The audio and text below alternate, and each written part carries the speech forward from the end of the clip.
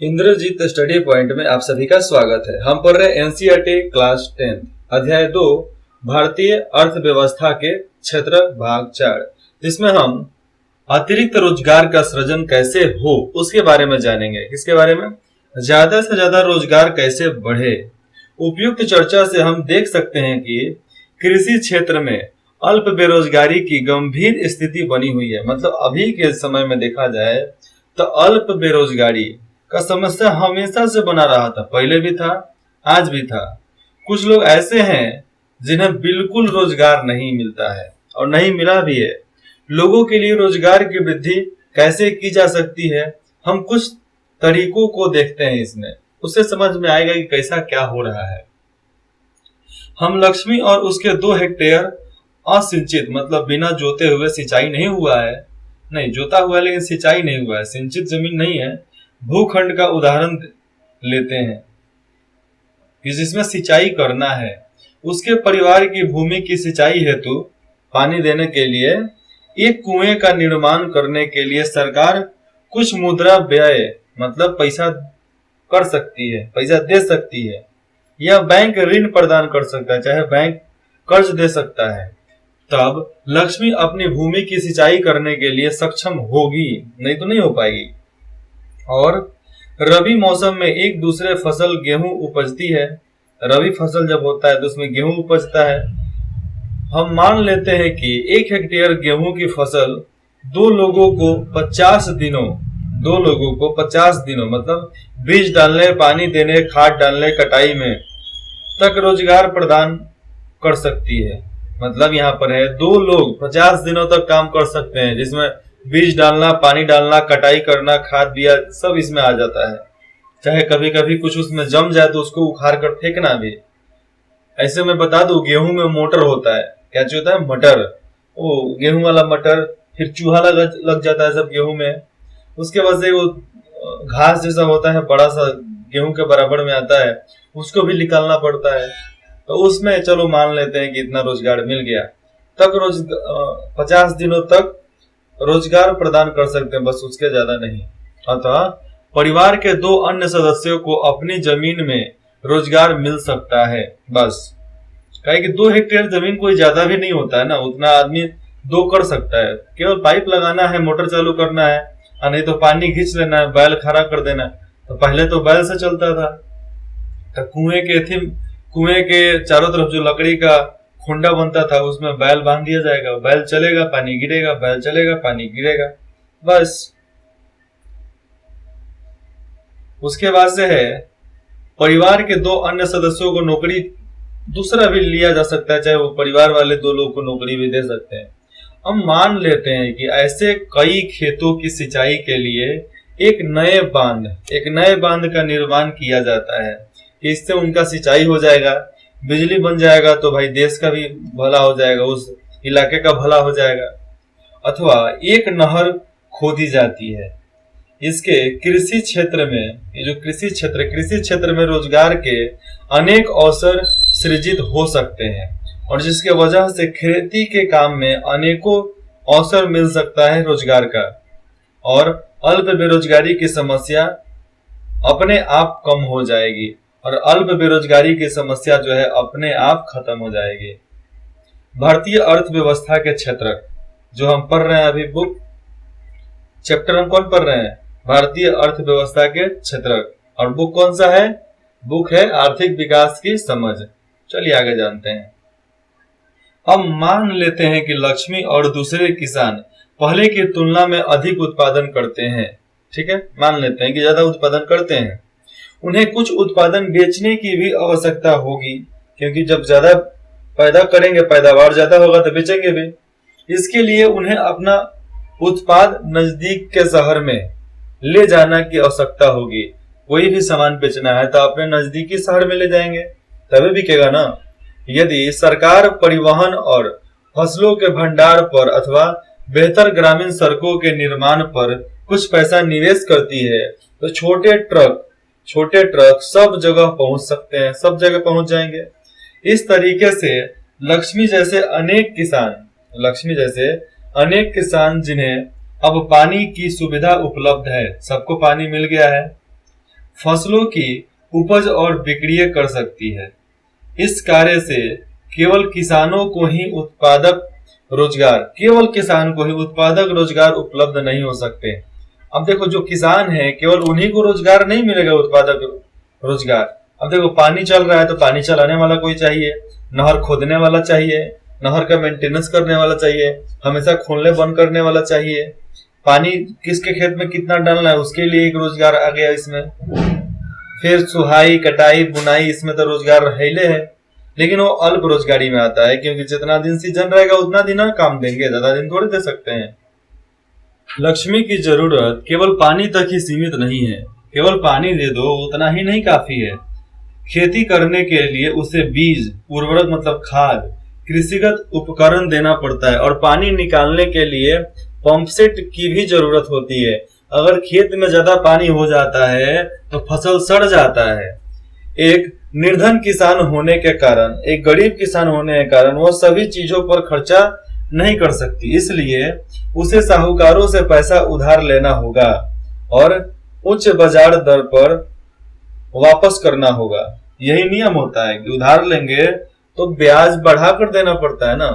यदि स्थानीय बैंक उचित ब्याज दर पर उसे, स्थानीय बैंक जितना भी है उचित ब्याज दर पर, मतलब एक सही तौर पे ब्याज सेट होगी, इतना % ही आपको देना है, उससे शाखा प्रदान करता है, मतलब आपको बैंक दे दिया तो वह इन सभी चीजों को उचित समय पर खरीदने और पानी भूमि पर खेती करने में सक्षम हो जाएगी। अब देखो, अगर पैसा मिल गया तो समय पर खरीदेगी और उसको भूमि में, अपने खेती में अच्छे से सक्षम हो जाएगी, वो सारा काम करना शुरुआत हो जाएगा, जिससे एकदम सब चीज ठीक से चलने लगेगा। तात्पर्य यह है कि पानी के साथ साथ कृषि में सुधार के लिए किसानों को सस्ते कृषि खास भी प्रदान करने की जरूरत है। अब देखो, पानी के साथ साथ कृषि को क्या चाहिए, किसानों को सस्ते कृषक साख भी प्रदान करना पड़ेगा। साख मतलब जिसके आपको मदद मिल सके, जैसे में पंप सेट हो गया, खाद हो गया। सस्ता नहीं मिलेगा तब तक कैसे काम चलेगा। इस अध्याय 4 हम अध्याय 4, अभी कौन सा पढ़ रहे हैं, अध्याय 2 पढ़ रहे हैं, 4 में। अध्याय 4 मुद्रा एवं साख में कुछ आवश्यकताओं का अध्ययन करेंगे। जब 4 नंबर पढ़ेंगे तब उसके बारे में, मुद्रा के बारे में कुछ अध्ययन करेंगे। हम एक अन्य तरीके से इस समस्या का समाधान कर सकते हैं। वह तरीका है अर्ध ग्रामीण क्षेत्रों में उन उद्योगों और सेवाओं की पहचान करना और उन्हें बढ़ावा देना। ठीक है, हर चीज को शुरुआत नहीं करेंगे, बढ़ावा नहीं देंगे तो आगे कैसे बढ़ेगा। जहां बहुत अधिक लोग नियोजित किए जा सके और बहुत ज्यादा लोग वहां पर भर्ती किए जा सके।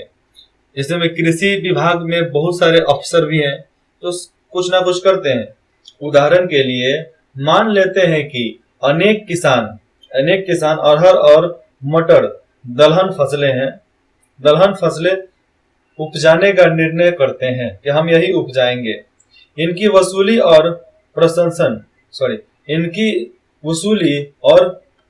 प्रसंस्करण के लिए, मतलब वसूली और उसको समाज में पूरा बांटने के लिए, बेचने के लिए तथा शहरों में बिक्री करने के लिए दाल मिल की स्थापना एक ऐसे ही उदाहरण है।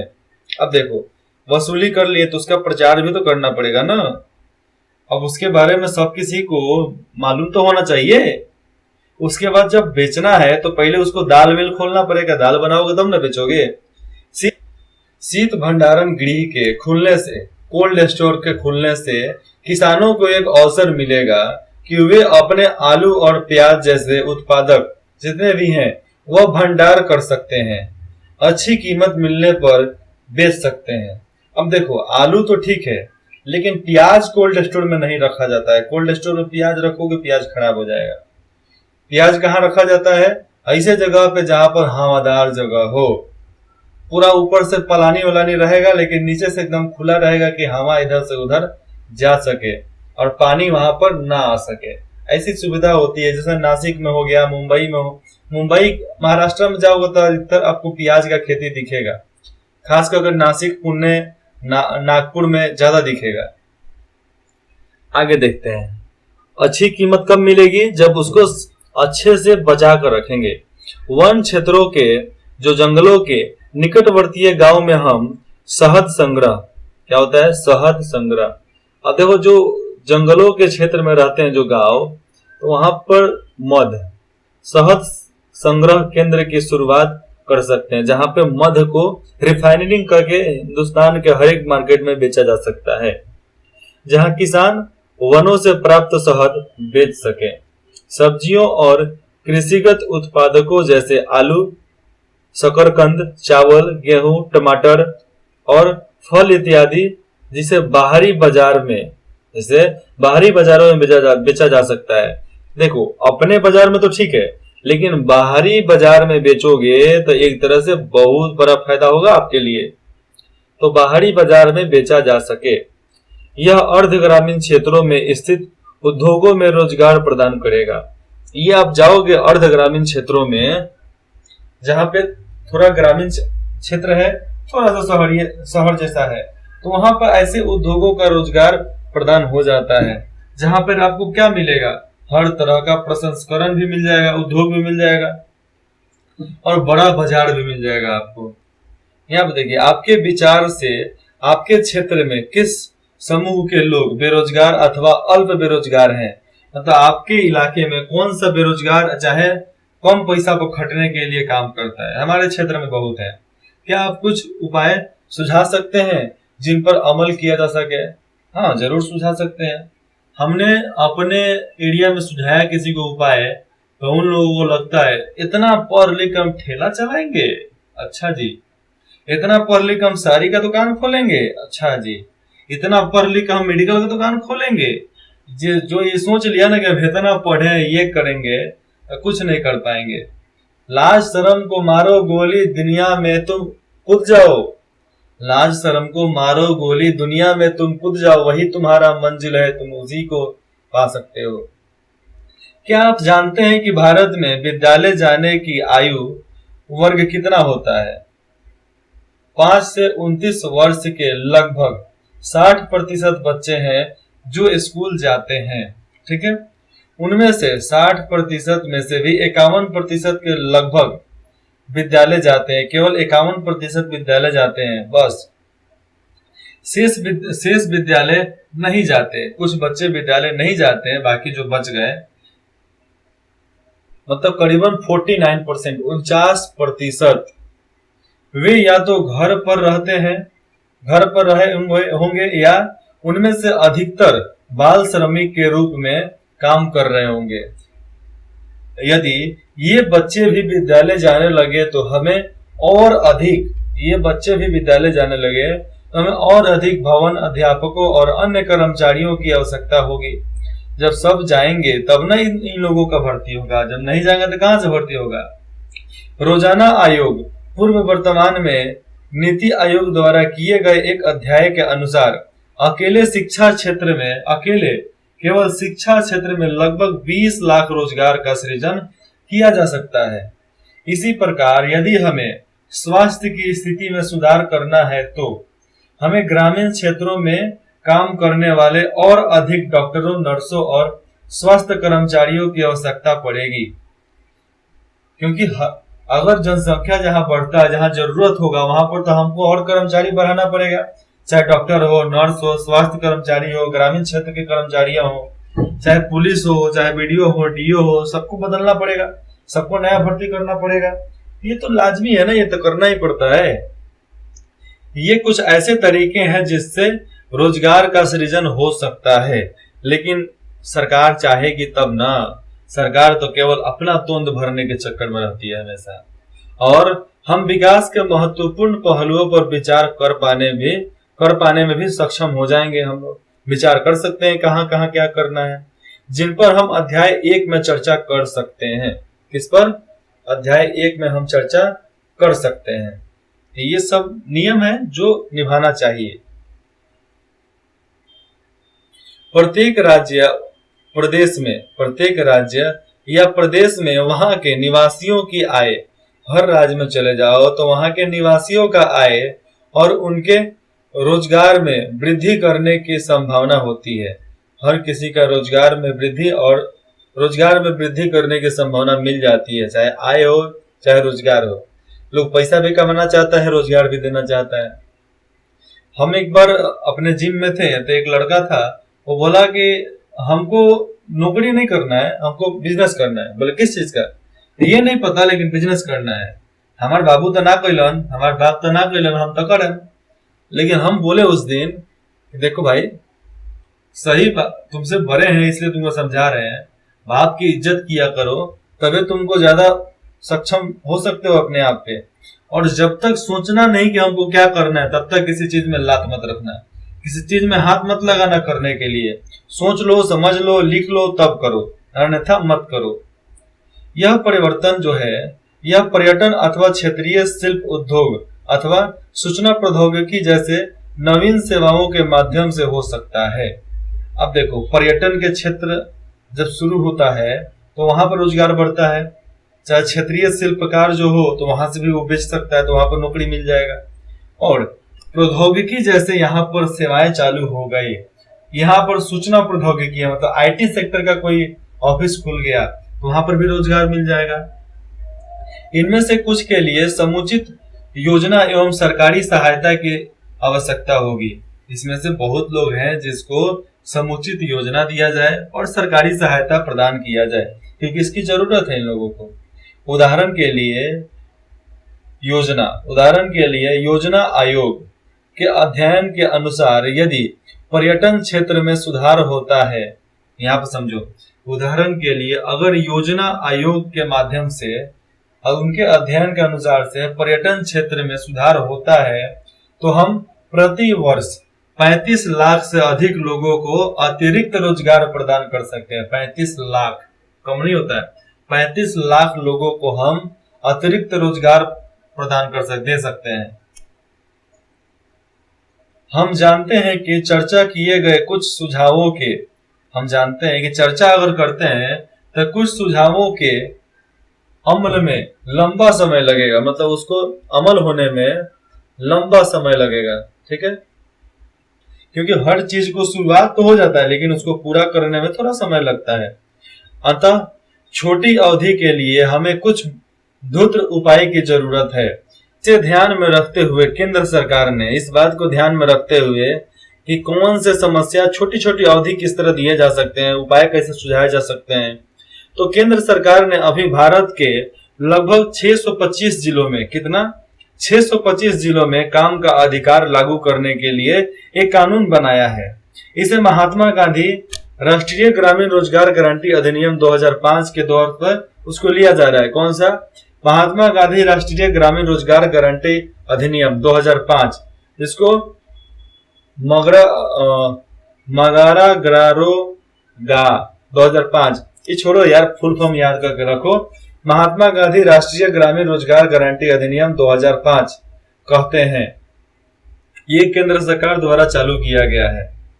तो यहाँ पर दिया गया है, महात्मा गांधी राष्ट्रीय ग्रामीण रोजगार गारंटी अधिनियम 2005 के अंतर्गत उन सभी लोगों को काम करने में सक्षम है, वो सभी लोग जितने काम करने में सक्षम है और जिन्हें काम की जरूरत है, वो सरकार द्वारा ग्रामीण क्षेत्रों में वर्ष में, साल में 100 दिन के रोजगार की गारंटी दी गई है।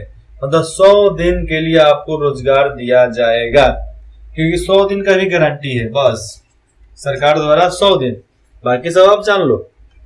यदि सरकार रोजगार उपलब्ध कराने में असफल रहती है, अगर रोजगार नहीं दे पा रही है, तो वह लोगों को बेरोजगारी भत्ता देती है। आज बेरोजगारी भत्ता आप देखोगे तो इसी तौर पे दिया जाता है, 1000 रुपया दे दो और मुंह बंद करा दो, बस। अधिनियम के अंतर्गत उस तरह के कामों को वरीयता दी जाती है। मतलब देखो यहाँ पर क्या दिया, अधिनियम के अंतर्गत, अधिनियम जो है ये महात्मा गांधी राष्ट्रीय ग्रामीण रोजगार गारंटी अधिनियम 2005, उसके अंतर्गत उस तरह के कामों को वरीयता, मतलब उसको थोड़ा तहजीब दिया जाता है, जिससे भविष्य में थोड़ी सी उसके बारे में सोचा जाता है कि भविष्य में भूमि से उत्पादन बढ़ाने में मदद मिलेगी, कि भूमि से उत्पादन बढ़ाने में हमें मदद मिल सकती है। आओ इन पर विचार करते हैं। आपके विचार से महात्मा गांधी राष्ट्रीय ग्रामीण रोजगार गारंटी अधिनियम 2005 को काम का अधिकार क्यों कहा जाता है? अब बताइए काम का अधिकार इसको क्यों कहा जाता है?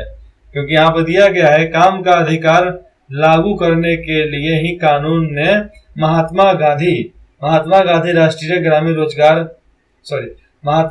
राष्ट्रीय ग्रामीण रोजगार गारंटी अधिनियम 2005 की शुरुआत की थी। किसके लिए? रोजगार के लिए। तो इसको काम का अधिकार क्यों कहा जाता है? तो सामने ही दिख रहा है आपको यहाँ पे। आगे है 2 नंबर। कल्पना कीजिए कि आप ग्राम के प्रधान हैं, गांव के मुखिया हैं, और उस हैसियत से कुछ ऐसे क्रियाकलाप का सुझाव दीजिए जिसे आप मानते हैं कि उसे लोगों की आय में वृद्धि होगी और उसे इस अधिनियम के अंतर्गत शामिल किया जाना चाहिए। चर्चा करें इसके बारे में। 3 नंबर। यदि किसानों को सिंचाई और कुछ सुविधाएं उपलब्ध कराई जाती है तो रोजगार और आय में वृद्धि कैसे होगी? 4 नंबर। शहरी क्षेत्र में रोजगार में वृद्धि कैसे की जा सकती है? शहर के क्षेत्र में रोजगार की उत्पत्ति कैसे रोजगार में हम रोजगार बढ़ा सकते हैं, रोजगार में वृद्धि कर सकते हैं, इसके बारे में बताना है। हम अगले भाग में पढ़ेंगे संगठित और असंगठित के रूप में क्षेत्रकों का विभाजन, मतलब संगठित और असंगठित दोनों रूप में क्षेत्र को कैसे बांटा जा रहा है उसके बारे में।